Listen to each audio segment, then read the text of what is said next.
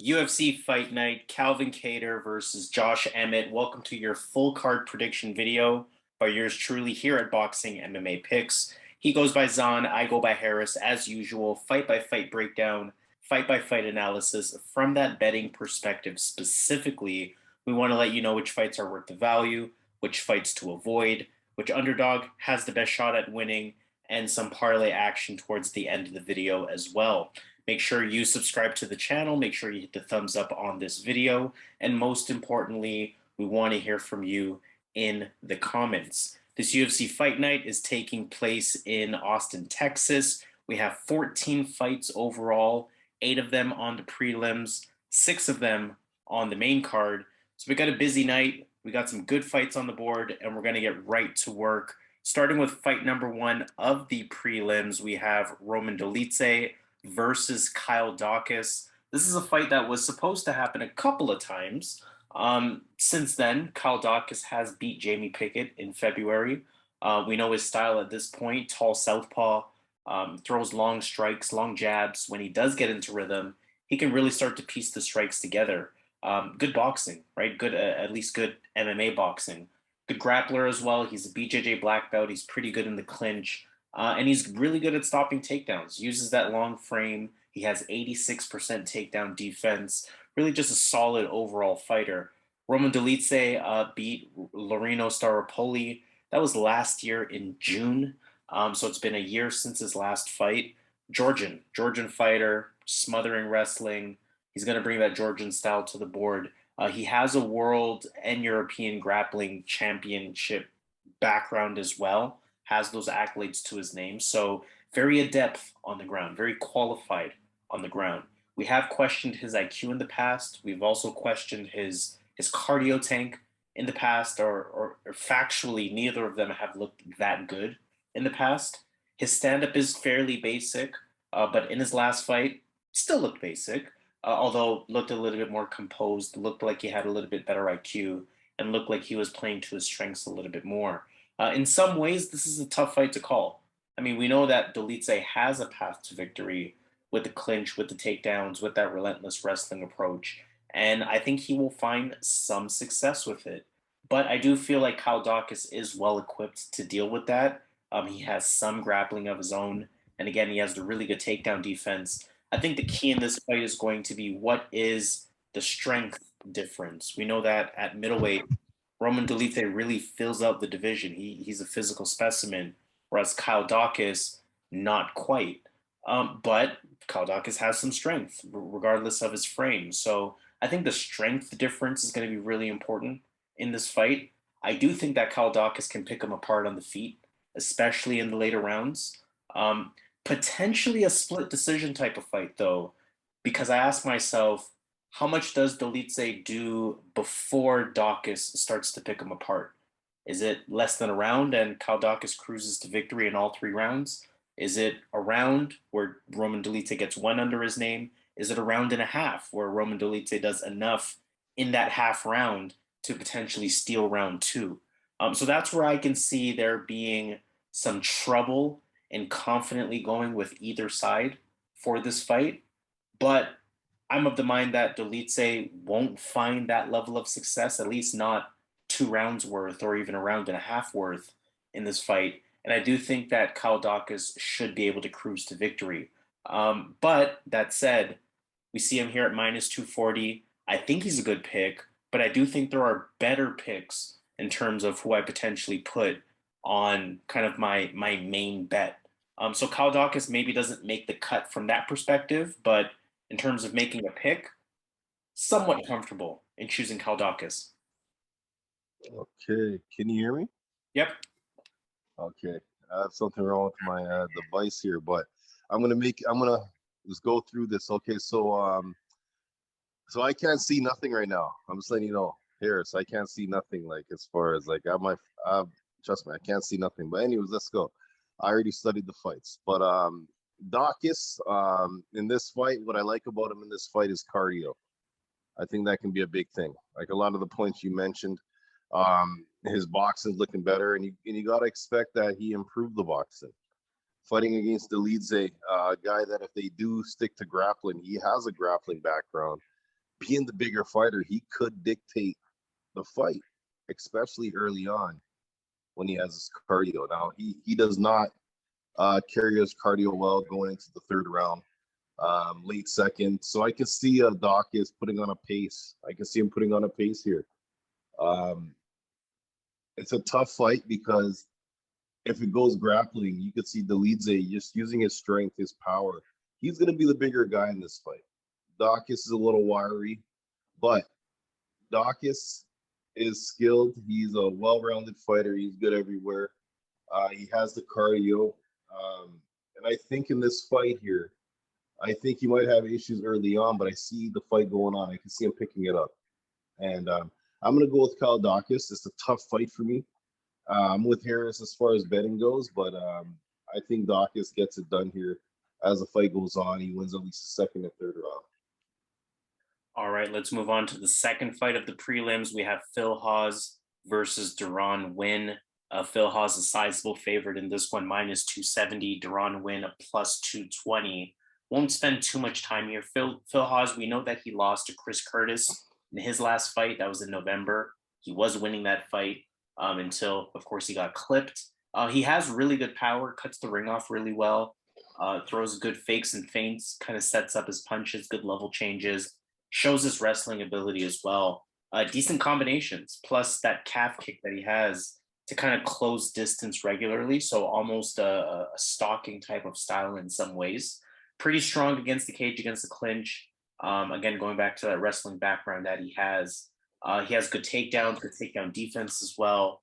Pretty solid top control, good ground and pound. Just a well-rounded fighter for this middleweight division. And he's taking on Deron Winn, somebody who has not competed since December 2020.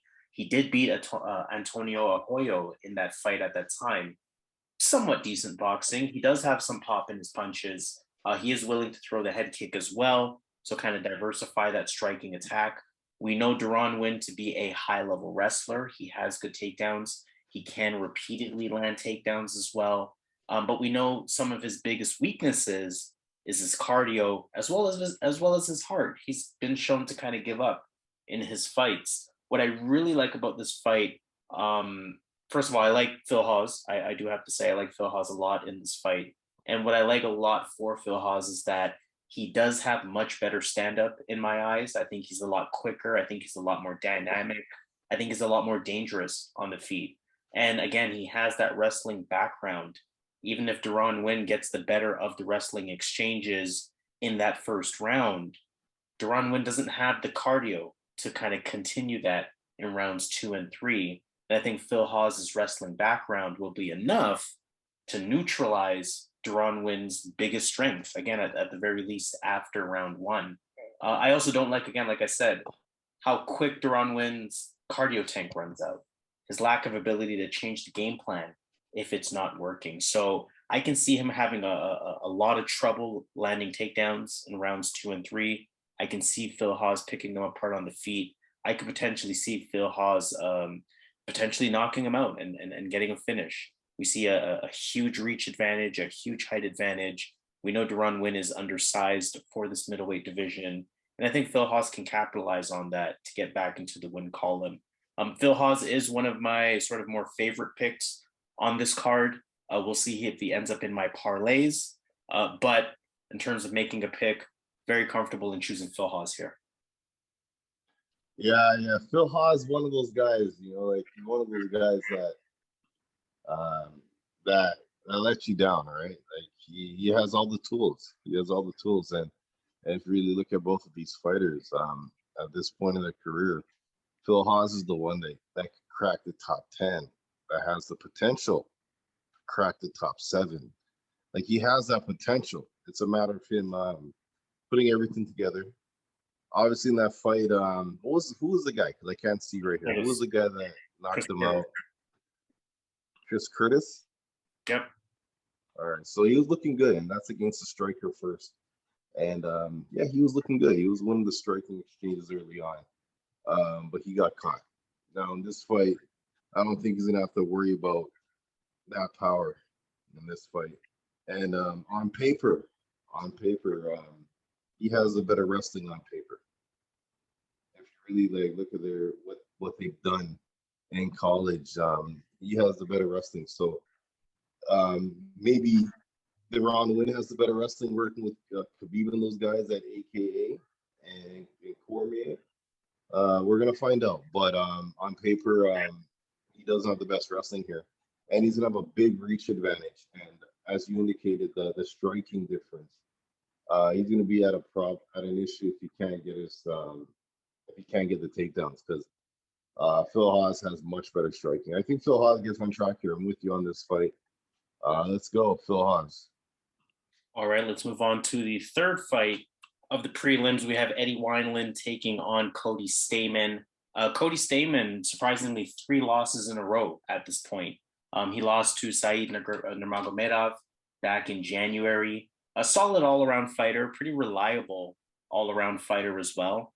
He does have, good patient movement around the ring. He does have, pretty good IQ, some smart striking, a lot of fakes, feints, level changes, things like that. Just a good high-level ground game as well. High-level wrestling, body lock approach, chain wrestling approach. We really only see him lose kind of to the highest level of MMA fighters, right? We see his record there, 19-5. Those losses, Said Nurmagomedov, Merab Dvalishvili, Jimmy Rivera, Aljamain Sterling, you can't frown at those at all. So really only loses, to the highest level of fighter. Eddie Wineland is not quite that. He lost to John Castaneda in his last fight. Eddie Wineland likes to kind of keep the hands low, come forward, wants to make it scrappy, almost wants to make it a brawling type of style. He does have a bit of an awkward kind of herky-jerky style. Makes it, decently effective against some opponents who really don't have stand-up or opponents that really can't find the timing. And, he puts a lot of power into his punches, 100% power. A lot of his wins are via KO, TKO. He has 24 professional wins, and 14 of them are via KO, TKO. So definitely have to respect his ability to sort of end a fight or at least take it to those waters. We know he's going to keep it on the feet. He's not a fighter that's going to take the game to the ground at all. Wineland has pretty solid takedown defense, 86% on paper at the very least. That could pose some problems for Cody Stamann, because I think Cody Stamann, the advantage that he has is that he's the better all-around fighter. He's the fighter that could resort to a ground game. But, clearly this is a step down in competition for Cody Stamann. I can't see him losing 4 fights in a row. I think the UFC gave him a pretty winnable opponent, an opponent that he has a clear advantage over, an opponent where his striking is cleaner. Cody Stamann's striking is cleaner. Cody Stamann's striking is more effective. Cody Stamann has the ground game, whereas Eddie Wineland does not. And I think eventually Cody Stamann will be able to find Eddie Wineland's timing kind of the same way John Castaneda was able to do. Took a while in round 1 to read it, and then in round 2 he knocked him out. Not saying Cody Stamann is going to do that, but again, I can see him finding the timing. Despite the takedown defense, again, at least on paper for Eddie Wineland, I do think that Cody Stamann will be able to land takedowns, or at the very least use cage control to his advantage to win rounds. I'm not anticipating a big problem here for Cody Stamann. Again, I think unless he gets knocked out in the first 2 minutes, which I don't see happening, I think he will sort of quickly find Eddie Wineland's timing and kind of cruise to victory from there. Big favorite for a reason, -500. I will say, for as confident as I feel about him, I just don't like these odds. I might not include it on a main bet type of situation, but I do feel, again, pretty good about him winning this match. Cody Stamann is my pick. Yeah, man. Wineland's a scrub at this point, right? So you got to factor in the age. He can't take any hits, right? So Stamann's better everywhere, and he can dictate the fight. He can put it to the mat if he wants. I like Stamann here. I like Stamann a lot in this spot. I get the odds. I don't see how Wineland can win this fight. I don't see how he can get it done. So I'm gonna go with Cody Stamann here to get this done, and I think he can. I think he can get a finish in this spot. I think he can get a finish, but Cody Stamann is the pick. 4th fight of the prelims, Maria Oliveira versus Gloria de Paula. Maria Oliveira last fought in October. That was her UFC debut. She lost to Tabitha Ricci in that fight. Looks pretty comfortable on her feet. She has a Muay Thai style, uses jabs to, keep distance in the fights, uses a pretty decent calf kick, uses push kicks for some further distance control. Expect her to fight from the outside. Again, expect her to keep it standing. She is a striker. And similar with Gloria de Paula. She beat Diana Belbita back in February. Her striking is sharper, though, right? Muay Thai style as well.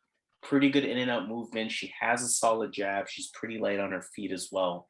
Good hands in general. Looks like she's improving her combinations. The last time I took a look at Gloria de Paula before her Diana Belbita fight, I know that one piece of commentary that I had on her was that she kind of throws one punch at a time. But when I watched that Diana Belbita fight, her combinations look pretty good. So that it seems to be something that she's improving, I should say. Still a young fighter, so that doesn't surprise me. I have seen her attempt takedowns in her last fight as well. She can grapple, but I don't really expect her to be the strongest wrestler. You see her takedown numbers there, only 20% accuracy, only a third per fight. Of course, small sample size. It's also pretty easy to take her down, but I don't expect that to be a relevant factor in this fight for either woman, because I do expect this to stay on the feet. I do expect this to be a Muay Thai style fight. We are looking at two fighters with somewhat similar strengths. But again, like I said, to me, Gloria de Paula, cleaner striker, more technical striker, the quicker striker with better combinations and better technique. So I'm expecting Gloria de Paula to be able to pull this out. I just think she's a better fighter, especially with how she performed in her last fight. Gloria de Paula is going to be my pick. Yeah, this is a super, super duper low level MMA. This is bad. This is really low. Oliveira, I can see her having the grappling advantage, but I don't like her takedowns, so I don't see her getting this to the mat. And I think I wouldn't be surprised if Gloria goes for the takedown and gets it to the mat. Now, I'm with Harris here. I think this is going to be on the feet. I like Gloria de Paula a bit better, but she's a scrub as well. Like, this is a battle of scrubs. This is a hard fight for me because I could see Oliveira looking good in this fight, just because I don't think the Paula is that good of a fighter. But when I compare these two fighters and how I think the fight's gonna go, I think the Paula is gonna be able to keep it on the feet. I think she has a slightly better stand-up, or not slightly, but she's the better striker. And that being said, she should be able to win the rounds. But again, I can see this being a close fight, split decision type of fight. But I gotta go with the Paula. I just think that she's a better fighter all around. And the way the fight, I think it's gonna be on the feet.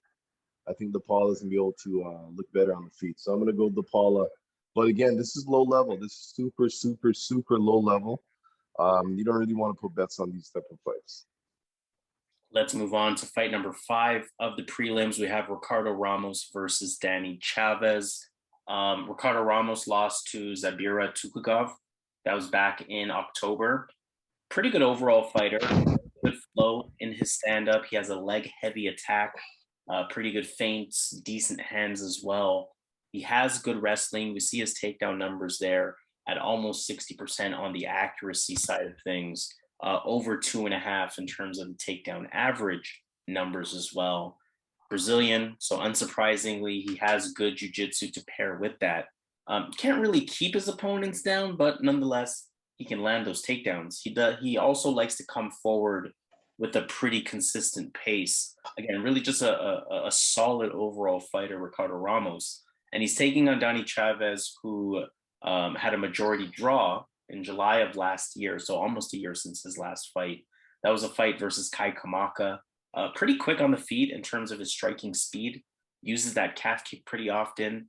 Very patient striker. You'll see a lot of fakes and feints from him as he's looking to time his shots. As a result, he's not really the most active striker, and that can be something that can work against him. He can also land takedowns, although his shots are a little bit telegraphed at times. And again, he has that grappling experience. Should the fight go to the ground, he is a BJJ black belt as well. To the point of not being the most active fighter, one sort of gripe that I have with Danny Chavez is that he doesn't really push the action to try to win rounds. I think that's ultimately what's going to hurt him and hurt his chances in this fight. I think Ricardo Ramos is just a little bit better everywhere. I think he's a little bit more intentional on the feet. I think his striking is a little bit more diverse. I think his striking is a little bit more dynamic. I think his ground game is better overall. In terms of his landing more effective takedowns and assuming the level of grappling is higher. Again, being a Brazilian, although I don't think much of this fight is going to occur on the ground, but if it does, I think Ramos has the advantage there as well. That said, I think it could be a close fight. Neither fighter has a glaring weakness to their game. Neither fighter is a smothering fighter in terms of how much better he is than the opponent. So I think it could be a close one from that perspective. I'd be a little bit careful about being too confident on the Ricardo Ramos side. But again, I do think he's a little bit better everywhere. And I do think he pulls out the win here. Ricardo Ramos is going to be my pick. Yeah, this is a tough one, man. Chavez, he looks like he could be the tougher guy in this fight. And the way Ramos fights, it could be a matter of toughness. It could be a matter of who's tougher. Now, what I don't like about what I don't like about Chavez is his activity in the fights. He's very he kind of waits for the other fighter. I like his leg kicks. Ramos has leg kicks as well. But yeah, this is a tough fight, man. This is hard. This is one of the hardest fights for me to pick on this card for me. Because technically, I think Ramos has a bit more, especially with his reach. You should be able to move around the ring, just use more diverse strikes and with a striking exchange, albeit close, but he should be able to squeeze it out. And then he has that grappling advantage. But Chavez is aggressive. This guy, when he wants to, if he comes into this fight looking to use those calf kicks, if he comes in with an aggressive calf kick game plan, it's gonna be a tough fight. So yeah, this is a fight again. I would not bet on this one. I can't really get a read on this fight, but I have to go with one sec here. I have to go with Ricardo Ramos in this spot. I just think that having that 5-inch reach advantage is gonna be a big thing in this fight if it stays on the feet. But again, I'm not comfortable here because I'm not a fan of Ricardo Ramos. I'll be honest, but I think this is a fight that he could win. So I'm gonna go Ricardo Ramos to get it done. Sixth fight of the prelims, we have Court McGee taking on Jeremiah Wells. Pretty close on the betting lines. Court McGee is the slight favorite at -125. Jeremiah Wells coming in as the slight underdog, pretty much even money +105. Jeremiah Wells looked pretty good in his 2 UFC fights so far. He's on a 2-fight win streak. He beat Blood Diamond back in February. Very explosive. We know that he's going to throw everything into his strikes. We know that he's physically strong as well. He has shown some ground IQ in his 2 UFC fights thus far. He's shown good ground and pound. And we can't forget that he's also a BJJ black belt, so not clueless on the ground whatsoever. Fights at a very high pace. And you kind of naturally have to ask yourself about his cardio. He's never really slowed down, but his debut only lasted 6 minutes. His second fight only lasted 5 minutes. So you never really get a chance to see what he looks like in round 2, what he looks like in round 3, at the very least at the UFC level. So that's something that remains sort of an asterisk and is probably the reason why he's the underdog in this fight, and probably the reason why this fight is a little bit harder to predict than it might seem. Court McGee's on a 2-fight win streak as well. He beat Ramiz Brahimaj in January. Pretty basic in the stand-up, nothing specifically to highlight. He works the jab, he fights from distance. He can land the takedown though, with good timing on his shots. Not stellar takedown numbers, less than 2 per fight, only about 25% accuracy. But with him, more of that veteran style where he's willing to work the clinch against the cage. Again, like I said, I wouldn't call him a strong wrestler, but even in his last few fights, he's been able to bring the fight to the ground multiple times with pretty decent control time. So, definitely taking advantage as the veteran, so to speak, bringing the IQ to the game, bringing the ground approach to the game, helping himself to score rounds, and it's provided him with the 2-fight win streak. It wouldn't surprise me if Court McGee lands takedowns in multiple rounds and pulls out a decision in this fight. I think that's where the expectation of him being a favorite is coming from. But the thing is that I think Jeremiah Wells is a lot more dangerous on the feet. And I think it's very possible that Jeremiah Wells knocks out Court McGee before Court McGee is able to do anything on the ground. I say that because I think Jeremiah Wells can use his physical strength and his grappling as well to get McGee off of him if he is taken down. And again, like I said, on the feet, I think there's a huge discrepancy. And I think before McGee catches him that second time, or before McGee catches him that third time, in terms of a takedown, Jeremiah Wells is potentially knocking him out by then. So I like Jeremiah Wells here as an underdog. I think he has some better underdog value on the entire card. He's going to be my pick. Jeremiah Wells, bonus points for Jeremiah Wells by finish, by KO specifically. Okay, so who's the favorite? Court McGee is a minus 125. Jeremiah Wells is a plus 105. Okay. Yeah. I'm going Jeremiah Wells, man. I think he gets it done, man. I think the power, the strength, I know they're both probably around the same age, but Jeremiah Wells doesn't have those battles on his body, right? So it's gonna be a matter of, can Jeremiah Wells keep the pace, right? But I can see Jeremiah Wells getting the first 2 rounds, even a knockout early. I like him in the spot, man. I think he's the better striker, and I think he's gonna be the better wrestler. Now the cardio, we know that his opponent has good cardio, right? So that's the only thing. Can Jeremiah Wells keep it up for 3 rounds? So it is a tough fight in that sense, but I like Jeremiah Wells here to get this one done. Let's move on to the 7th fight, or the second last fight of the prelims. We have Jasmine Jasudavicius versus Natália Silva. Jasudavicius is on a 3-fight win streak. She beat Kay Hansen back in January. That was actually her UFC debut. Looks pretty comfortable on the feet. Showed that in her debut as well. A pretty decent kickboxer. I wouldn't consider her high level, but rather she's capable on the feet. She can effectively stalk her opponents down with her stand-up in terms of how she approaches the stand-up.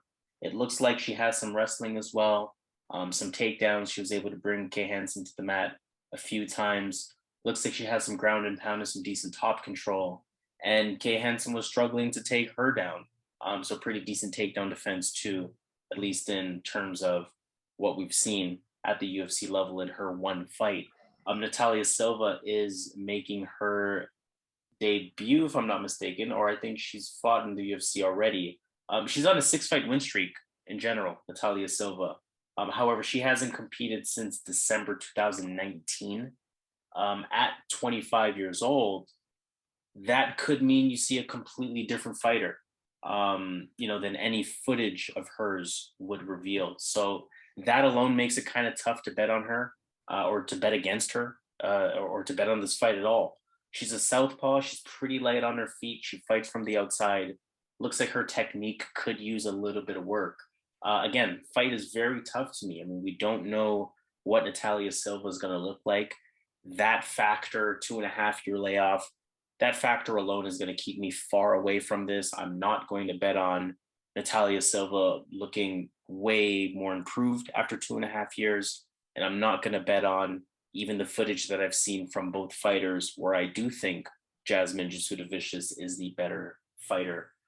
So we're gonna have to see what we're gonna have to see what happens here ultimately. Based on what we have seen, I do see a fighter, like I said, in Jasudavicius, who is more controlled in the stand-up, who is better at landing the takedowns, and who has better top control to swing rounds in her favor. Silva, to me, doesn't possess much of a threat at the moment, but again, she could look a lot different after a 2.5-year layoff. So I'm going to strongly advise stay away from this one on the betting lines. But in terms of making a pick, I have to go with my eye, with what my eyes see up until this point.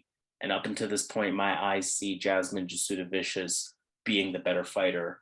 She's going to be my pick. Yeah, man. I think this is a clear-cut fight. I like Jasmine in this spot.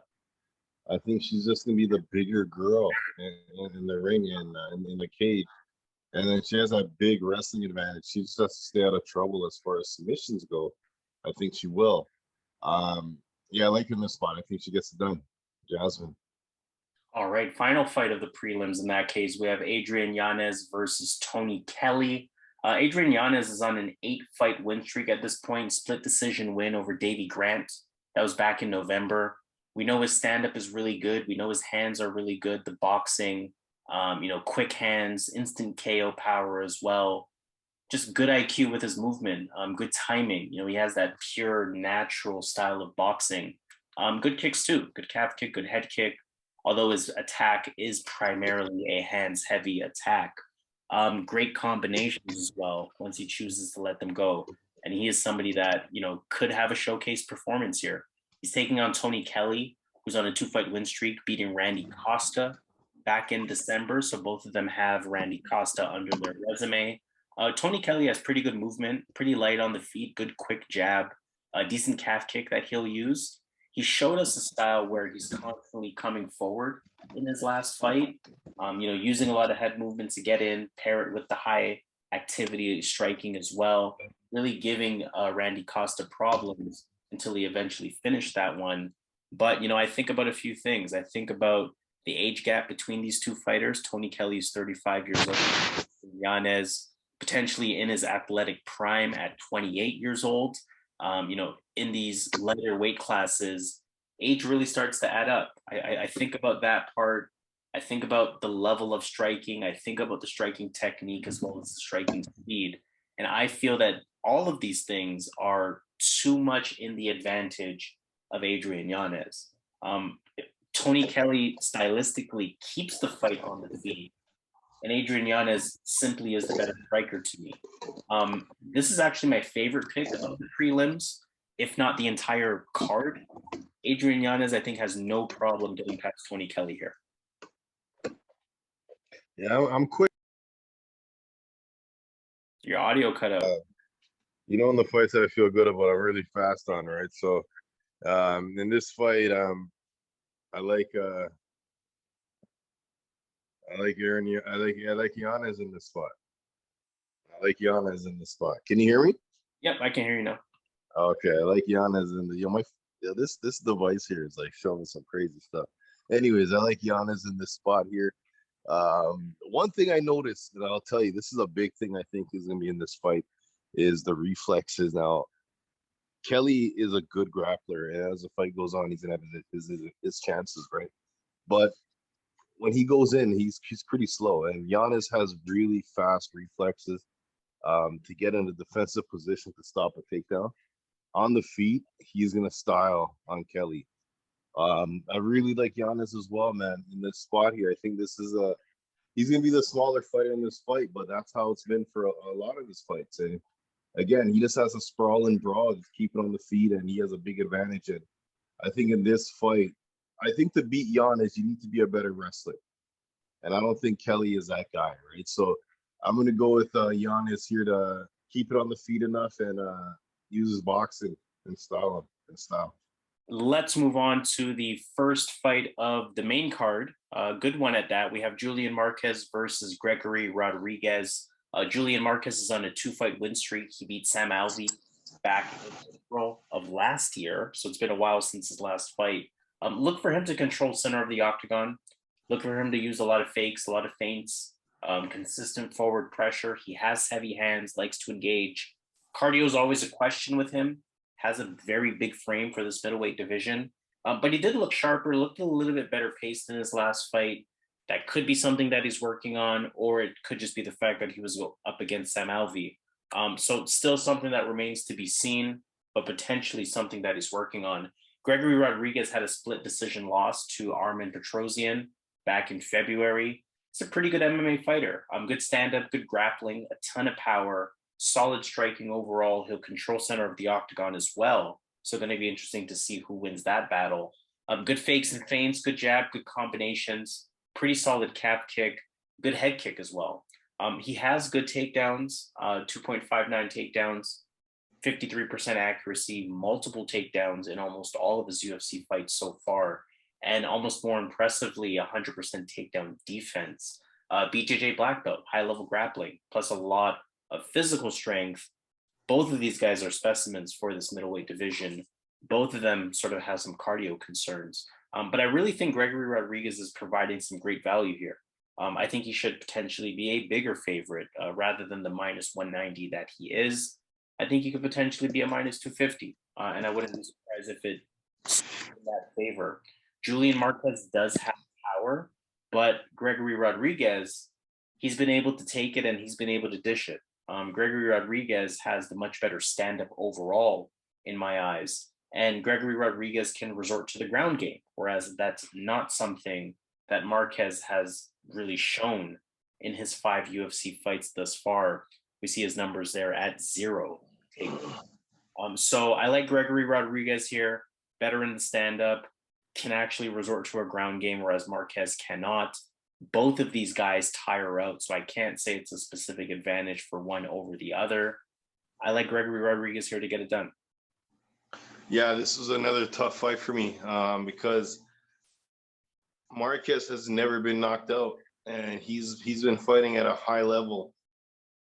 This guy's never been knocked out by he's never been finished by knockouts. So that tells me that if this fight becomes a battle of who's the stronger guy, Marquez all day. He's gonna be able to survive, and he's gonna be able to put his opponent away in this fight against Rodrigues.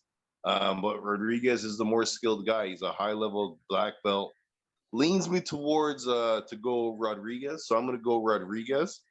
But by all means, I see upset on this fight. I can see this fight going to the second, third round, and I can see Rodrigues getting knocked out. Because again, Marquez has never been finished, and that's it. That's a very important thing. This is a close fight. I was going Marquez yesterday, Rodrigues today. So I wouldn't be surprised to see the upset. But I'm going to roll with Rodrigues, the ground game.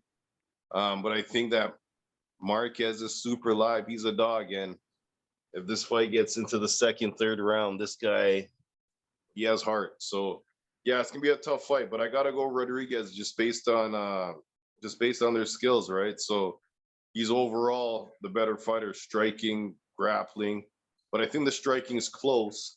But just having that big grappling advantage just gives him the just says that he's the better fighter all around because he has such a big grappling and the striking is pretty close. I think Marquez is going to be the more effective striker, if you ask me. But again, the grappling is such a big difference. But I'm going to go Gregory Rodrigues to get it done. But again, I'm not confident here. Marquez is a dog. He's never been knocked out. And we've seen Rodrigues get knocked out already by a welterweight, albeit. So this is not a confident pick, but I'm going to go Gregory Rodrigues. Fight number 2 of our main card, Damir Ismagulov versus Guram Kutateladze. For Ismagulov, 3-0 in the UFC. He's on an 18-fight win streak. He beat Rafael Alves back in May 2021. So 13 months without fighting for him. Pretty sound on the feet, good hands, pretty patient puncher, looks for his spots. He has clean boxing, fluid style of stand-up, pretty good reach. He's going to have a 2-inch reach advantage in this fight, despite being the fighter that is 1 inch shorter. But more importantly, he has really good timing, has good striking defense, just really sound in the stand-up. His takedown defense is 100%. He can resort to takedowns of his own. We see he lands almost 2 per fight in his 3 UFC fights thus far. And again, he can resort to that when needed. Otherwise, high-level striker, maybe more specifically, high-level boxer. For Kutateladze, he hasn't competed since October 2020. Had a split decision win in that fight. That was over Mateus Gamrot at the time. He's a striker, so big kicks, a lot of explosiveness. He moves pretty well, good in and out movement, good ability to fight coming forward. If he is taken down, he has good activity, shows he's pretty knowledgeable with his grappling. Doesn't really tire out. I've seen his cardio hold, and that's of course a key advantage for any fighter that's able to possess that sort of 3 round consistent pace ability that he has. I like Ismagulov's striking a little bit more here. I think he has better timing specifically. I think he has better technique specifically. Whereas I feel like Guram Kutateladze has the power and the explosiveness advantage. For Kutateladze, he showed me good takedown defense in his Mateus Gamrot fight. We know that he trains with Kamzat, so that good takedown defense isn't surprising at all. I do think Ismagulov can chip away here. I think he can find the right spots to attack. I think he can use Kutateladze's aggressiveness against him. And I think Ismagulov can, again, always use the takedowns to his advantage and has that layer despite Kutateladze's takedown defense. Ismagulov, to me, again, just slightly better everywhere. I'm not going to say he is, much better specifically, but just slightly better everywhere, slightly more confident. And when you're on an 18-fight win streak, you want to do everything that you can to protect that. So not to say he has more to fight for, because both of these guys, of course, want to win the fight.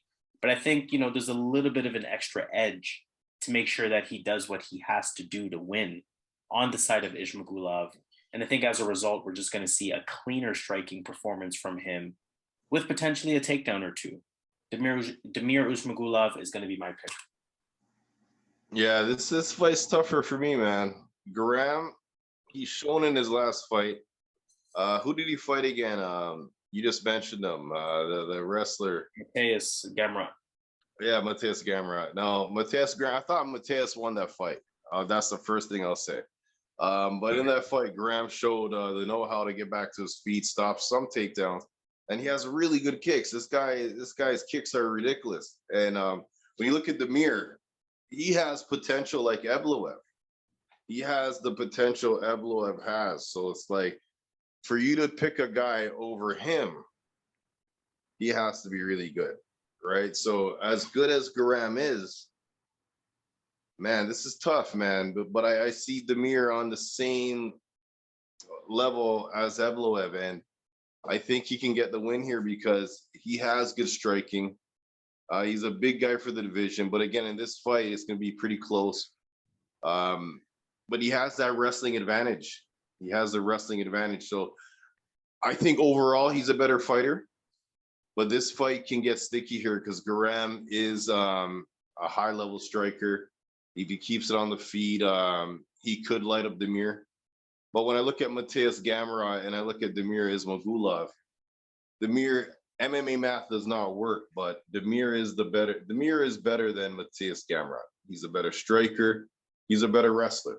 So I thought Mateus won the fight against Guram. So I see value in taking Guram because I can see it being a sticky, close fight. But Damir is going to end up, I think he's going to end up winning this fight unless judges mess this one up here. Because again, Guram is explosive. He does look good. His strikes, when they land, it can sway the judges. But I think if we judge this fight fairly, I think Damir gets the win here. Being the overall better fighter in this fight. And again, I thought Gamrot won. I think Damir is better than Gamrot.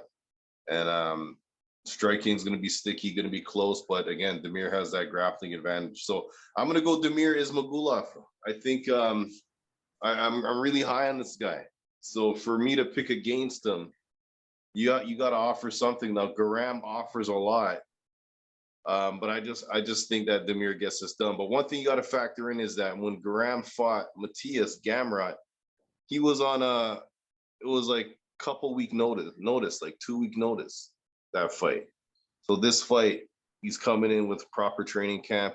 He trains at Chimaev.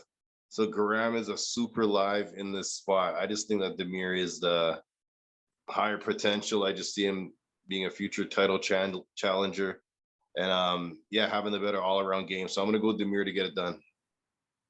All right, let's move on to the third fight of the main card. We have Joaquin Buckley versus Albert Duraev. For Buckley, 2-fight win streak, split decision win versus Abdul Razak Al Hassan. That was back in February. He's a southpaw. He's explosive with his striking. Pretty decent boxing, good pressure, good constant pressure on his opponents. We know he has that, shorter, stockier frame, pretty built for the division, somewhat undersized, but again, fills the division pretty well. Decent speed, light on the feet, good in and out movement, good constant level changes as well as fakes, and good head movement specifically as he makes his way inside. He can make his way inside to land that takedown. We see he averages 2 takedowns per fight. But don't be surprised if he's a fighter that's going to keep it on the feet with his explosive ability there. Albert Duraev beat Roman Kopylov in his October debut. Albert Duraev's on a 10-fight win streak. He's a good wrestler. He's a good grappler specifically. 9 of his 15 wins are via submission. He's going to have that, not surprisingly, Russian style of smothering wrestling, chain wrestling when needed to land those takedowns. Good top position, good ground and pound. That said, he often keeps his fight standing. His stand-up is solid. He has a decent jab, decent kicks, decent kickboxing overall, and he does like to come forward. I do think that Buckley maybe has the better striking here, interestingly enough. At the very least, I think that Buckley is definitely the knockout threat between these two fighters. We know that he's physically strong, Joaquin Buckley, but he only has 40% takedown defense, so doesn't necessarily use that physical strength to stop those takedowns. I think that 40% takedown defense on the side of Buckley is going to be a key advantage that Duraev can take advantage of. I think Duraev can keep up, I should say, on the feet. And although he maybe likes standing more than he should, I think in this fight specifically, he will game plan to use his wrestling. And I think he will find a lot of success with it. There is a lot of value on Joaquin Buckley here, though, as an underdog. Duraev did not look amazing in his last fight. And Buckley is, sort of one of those fighters where he can finish anyone. And it wouldn't surprise me if Buckley finishes Duraev. So I would say careful in terms of betting. I don't want to make it sound like a confident pick at all. But again, I think Albert Duraev can specifically use those takedowns to his advantage and win the fight in that way. But like I said, as almost as equal of a likelihood of that happening is almost as equal of a likelihood I can see Buckley knocking him out or just outperforming on the feet. So again, I would be very careful with this one, but Albert Duraev is going to be my pick. Yeah, this is a tricky fight here, man. My question is, as far as Duraev, can he wrestle for 3 rounds, right? So if he does wrestle, I've seen Buckley deal with wrestlers before the UFC, albeit not the level Duraev has, but I've seen Buckley keep it on the feet or even get back to his feet. And as the fight goes on, it goes his way, right? So I think Duraev should use his wrestling. And I think if he does, he has a big advantage there. He has a big grappling advantage. But against Kopylov, against a guy that has weaker takedown defense than Buckley, he was willing to strike, right? So again, I'm not sure his game plan in this fight. If he wrestles, I think he gets it done. But something tells me that he's going to strike more than he should. And something tells me that if he does wrestle, he can't wrestle for 3 rounds. So that being said, I got to go with Joaquin Buckley here in this spot. He's in the game. He's a vet at this point in the game. This guy has good training partners. His stocky build. I see him doing enough to keep on the feet. And yeah, he just needs one shot. He'll hurt Duraev. But again, this is a tough fight, man, for me to go with the dog in this spot. I rarely go against Dagestan or Russian fighters, but in this spot, I see Buckley. I see value in Buckley. So I'm going to go with Joaquin Buckley here to get the win. 4th fight, Tim Means, Kevin Holland. Tim Means is on a 3-fight win streak. The last time he competed, June 2021, he beat Nicholas Dalby in that fight. Good striking, good dirty boxing against the cage, good consistent pressure, pretty solid counterpuncher as well in boxing exchanges. He likes those clinch situations, kind of that dirty boxing type of approach. He'll attempt that double leg on the cage as well. The takedown numbers don't suggest that he lands anything substantial, only 1 takedown per fight, but he'll attempt it. Not really the best striking defense. Will definitely take a hit. He's prone to leg kicks as well. I've seen him also be taken down fairly easily. Interesting to see what we're going to see from Kevin Holland in this fight. We're seeing his game sort of evolve. We know some of the strengths that he has. He beat Alex Oliveira in March. Kickboxer ultimately is going to be his style. Uses all of his length. He's going to have a reach advantage over most fighters. In this fight, he's going to enjoy a 6-inch reach advantage. Pretty quick on the feet, pretty solid striking IQ. He can either play that role of striking first or being the counter puncher. So I like that he can choose between those two. He has a decent clinch, decent elbows, decent knees in range. Also important to note that he is a BJJ black belt. So despite kind of the takedown defense roller coaster that we've seen with Kevin Holland, still has that grappling ability. Like I said, we know that the weakness, I should say, is the wrestling, but we also know that it's an area of his game that he is actively working on.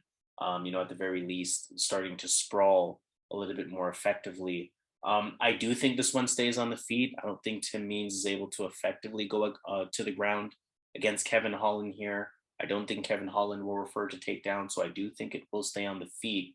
And I think that most importantly, Kevin Holland's striking speed is going to be too much of an advantage here, in addition to the 6-inch reach advantage that he has. I can see Kevin Holland's calf kicks specifically adding up in this fight as well. Like I said, Tim Means is not quite the best at defending those. Again, in terms of striking defense, I think Tim Means leaves too many holes in his game. And I think that's going to give an opportunity for Kevin Holland to put on the clinic, really just be the faster fighter, the longer fighter, the better striker, and really avoid, any threat that comes on the side of Tim Means. Now, you kind of want to call, high level of confidence on this one, but in some ways, you never know what's going to happen in Kevin Holland fights. Like I said, I think this card is going to offer slightly better options than Kevin Holland. But again, in terms of making a pick, I feel pretty good. Kevin Holland is going to be that. Okay, Kevin Holland, man. Yeah, this is a tough fight, man, because obviously Tim Means can take this fight to the mat. He's gonna be able to take it to the mat. Tim Means has some good wins on his record, some really good wins against some really dangerous strikers. Dalby.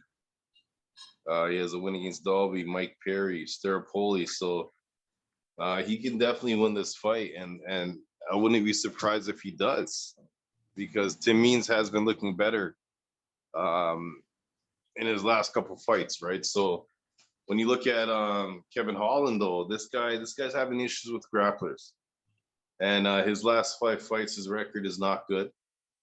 Man, this is tough, man. This is tough. Like the brain says, go with Kevin Holland. He's gonna be quicker. He's gonna be the better striker. He outstruck Yoke and Buckley. He's not gonna have to worry about the grappling like he dealt with in with Marvin Vettori or Brunson.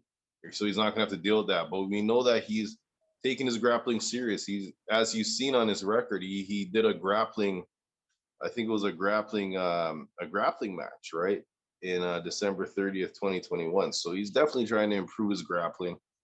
But yeah, this is a tough fight, man. Like this is tough. I can see I could see Tim Means coming out here being really mean here and just roughing up Kevin Holland, but I don't think that's gonna happen. I just think the speed, the movement, the 1-2 from Kevin Holland is gonna keep Means at bay. Kevin Holland's good at using his reach. And if you look at his fight versus Yoke Buckley, that's a good fight against a dangerous striker. He was able to keep him at reach, and I see him doing the same thing with Tim Means here. The reach could be close as they're similar in height, but Kevin Holland, he's a younger guy. Tim Means is around 38, 37, 38. I gotta go with the younger guy here, and Kevin Holland's not facing a grappler, wrestler heavy guy. So I'm gonna go with Kevin Holland here. But again, just takes one shot, man. If Tim Means can get him to the mat, take out some of his energy, like one shot drops him, gets him to the mat, gets on top. the fight's going to change, right? But I'm going to go with Kevin Holland here to do enough on the feed here to get the win. So I'm going to go Kevin Holland. Co-main event of the evening, Donald Cerrone, Joe Lozon. This, of course, was supposed to be scheduled a couple of weeks back. They're going to get that co-main event slot instead. Still get the live audience effect in Texas. Donald Cerrone lost to Alex Morono, May 2021. That's the last time he fought. He's actually winless in his last 6 fights. With Cowboy Cerrone, I mean, really a matter of what type of fighter is he at this stage in his career. He's considered a Muay Thai kickboxer. The kicks are still going to be dangerous, still going to lack head movement, still going to be hittable, still going to show a suspect chin, especially lately in what we've seen from Cowboy. Just a shell of himself. But, going up against Joe Lozon, who is a little bit up there in age as well, who hasn't competed since, October 2019. And in some ways, it's going to be hard to say what it's going to look like, again, after such a long layoff, almost 3 years at this point. He likes to come forward. He has a decent jab. The hands in general are pretty solid. The combinations were still sharp from the last that we've seen of him, albeit almost 3 years ago. We know that he's a solid wrestler, 2.39 takedowns per fight, almost 50% accuracy, pretty good takedowns, good top control. He can use that wrestling to win rounds on top of the grappling ability that he has.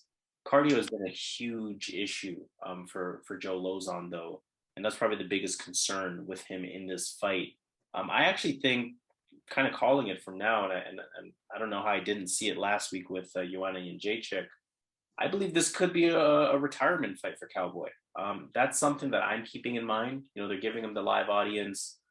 They're giving him the co-main event slot.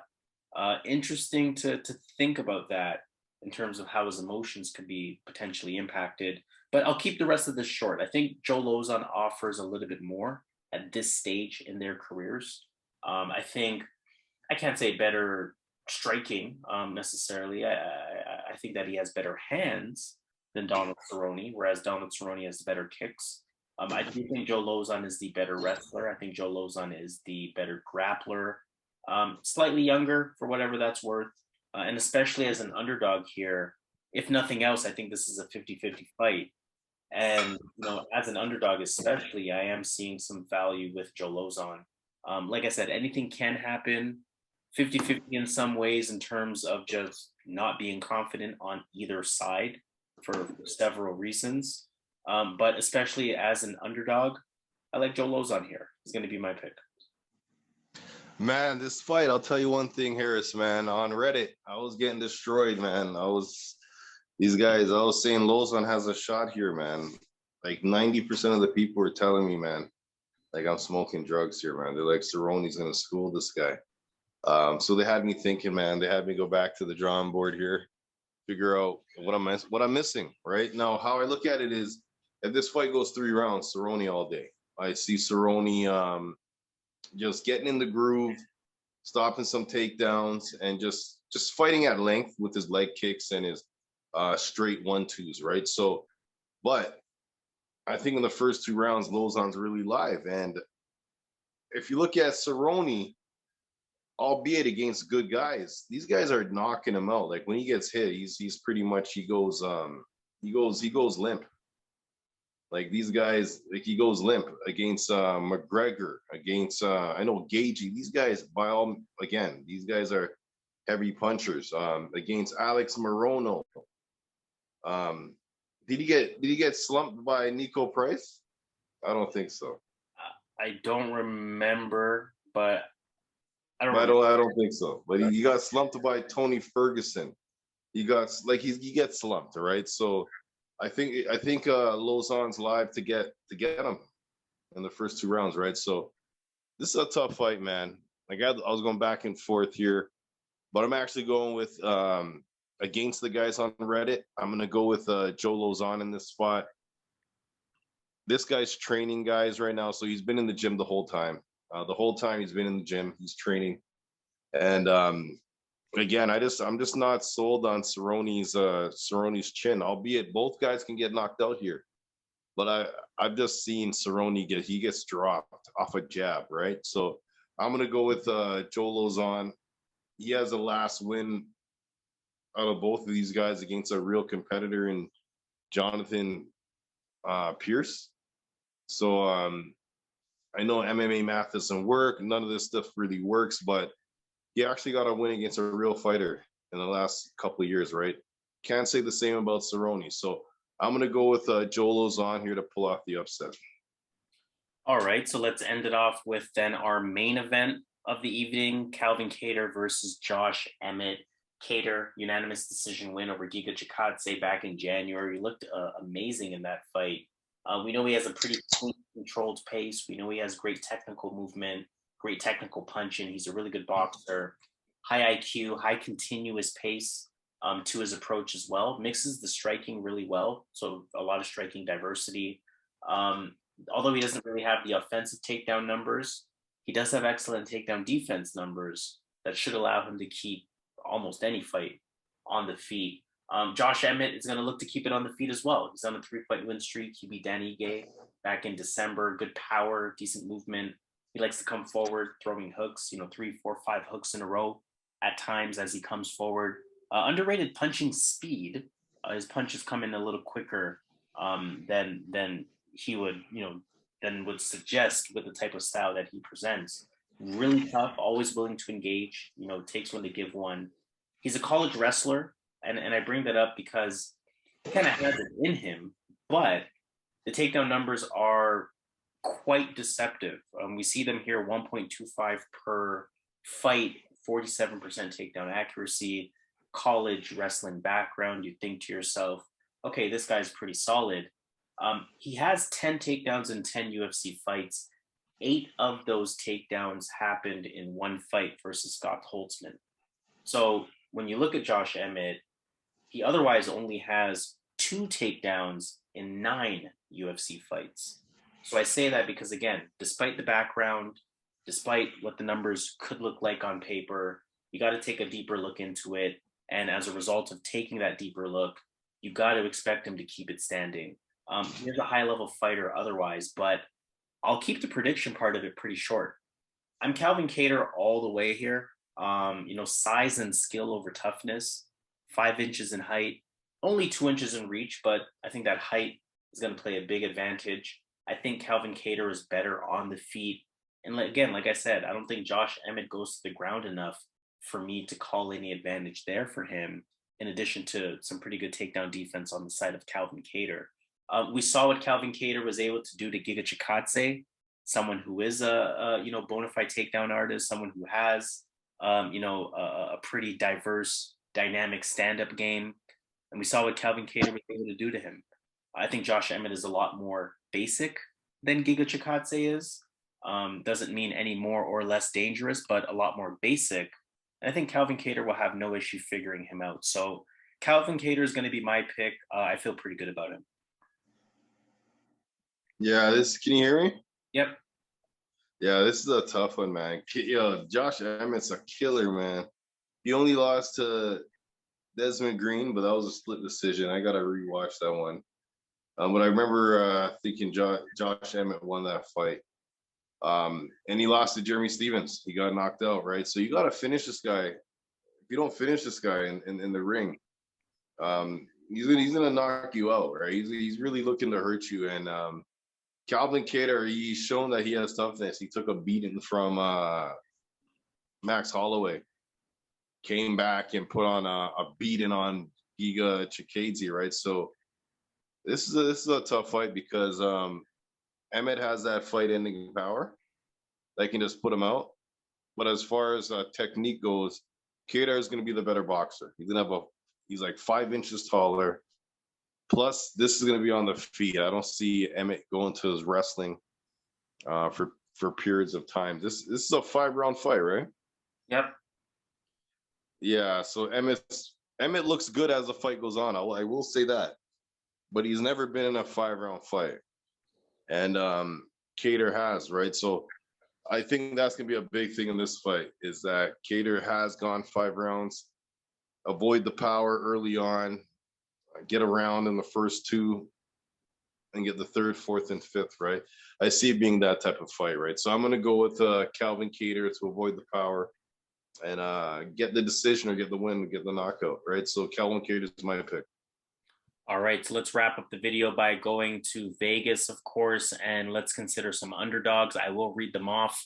Roman Dolidze is an underdog. Deron Winn, Eddie Wineland, Maria Oliveira, Danny Chavez, Jeremiah Wells, I should say, Natália Silva, Tony Kelley, Julian Marquez, Guram Kutateladze, Joaquin Buckley, Tim Means, Joe Lozon, and Josh Emmett. Who do you think is the underdog that has the best shot at winning? Okay. Who's fighting Court McGee again? That is Court McGee versus Jeremiah Wells. Jeremiah Wells is the underdog in that fight. Yeah, I'm going to go with Jeremiah Wells. All right, so I'm going to echo that. That's my underdog pick as well. Again, Jeremiah Wells is pretty much paying even money. I've seen him anywhere from -104, as we see here, all the way up to +105, maybe even a +110. So see what you can get him at, but he's pretty much going to pay even money.